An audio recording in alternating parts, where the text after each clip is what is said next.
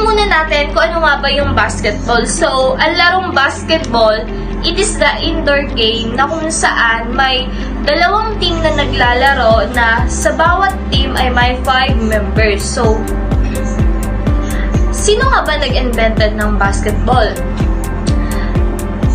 James Naismith invented basketball in 1891. He is the American and Canadian coach. Court size.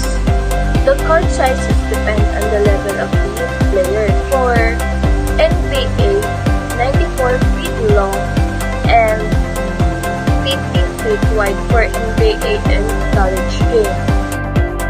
The backboard and the rim. So, the regulation height above the ground for the rim is 10 feet. Then, the rim is 18-inch in diameter. Backboards are 6 feet wide or 72-inch by 52-inch tall, with the inner square being 24-inch wide by 18-inch tall. That is the backboard and rim in basketball.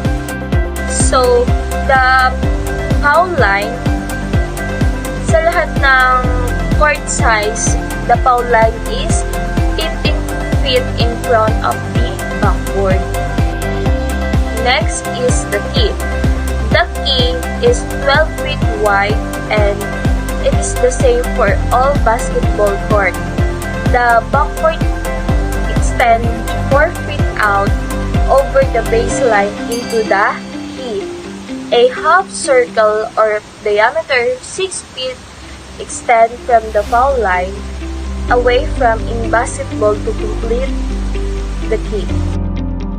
So, ang 3-point line or arc in another term for NBA basketball court, the 3-point arc is 22 feet to the center of the rim. On the side with a straight line extended out 16 feet to 9-inch from the baseline. Past those points, the line extends out 23 feet and 9-inch from the center of the rim. So, next is the line marking. So, lahat ng line marking on the floor are 2-inch and can vary in color. Line marking. All line marking in basketball court on the floor are 2-inch wide and can vary in color. So, the equipment and basketball is, of course, the first equipment is ball because it is really important in basketball. Imagine na kung walang bola sa basketball, makakapaglaro ka ba ng basketball? So, the basketball is a tool that must be in the game of basketball. So, the size of the ball in the ball size 7 for age is 14 up to boy senior. Then the ball size 6 for age 14 up to girl senior. Then ball size 5 for boys and girls age 13 and under. So the ball material is made of rubber and covered by synthetic leather, or it can be rubber. So the weight of the ball are the range of 600 grams to 650 grams. Next equipment is basketball shoes.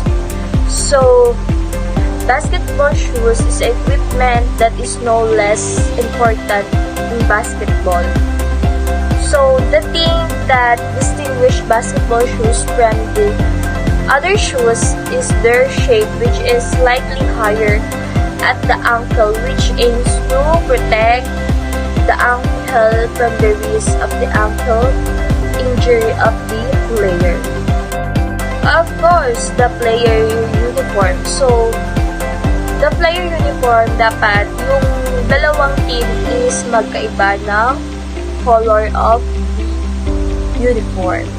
Then, each basketball player from each team must wear a uniform so that when the game takes place, there will be a difference between teammates, yun nga sinasabi ko, and opponents. Besides that, uniforms will also make the team more solid and look attractive when playing. So generally, the basketball uniform do not have sleeves on t-shirt and the length of the pants is only up to the knees, all of which aims to facilitate players' movement. Next is knee pad. Knee pad is an elastic cloth that is made to keep the parts of the body that experience movement from being injured as a result of the wrong position during the movement. Generally, basketball player use the pad on the knees, ankles, and elbow para maprotektahan din yung kanilang mga elbow, yung kanilang knees, and the ankle. So, of course, next is the one of the important equipment in basketball is basket, of course. The basket consists of the ring and a net. The rings are made of hard iron and the diameter of the rings was 45 centimeters. The ring height is 305 centimeters from the floor surface. It is installed on the surface of the basketball board with a distance of 15 centimeters. Meanwhile, the net is hung from the ring with a net length of 40 centimeters. Next is basketball board. So, basketball board is made of 3-meter thick wood or of the suitable transparent materials such as acrylic or plastic glass. The basketball board is 180 cm long and 120 cm wide. So, the board is 200 centimeters high from the floor surface to the bottom of the board. It is 120 cm perpendicular to the distance from the centimeter point up to the finish line of the court. Next is rectangular court. So, it is then rectangular with a dimension of 28 meter long and 15 meters wide as measured from the edge of the boundary line. In basketball court, there are several dividing lines such as the 3-point zone, semi-circle line, and free throw line. The size of each line can be seen and the image above.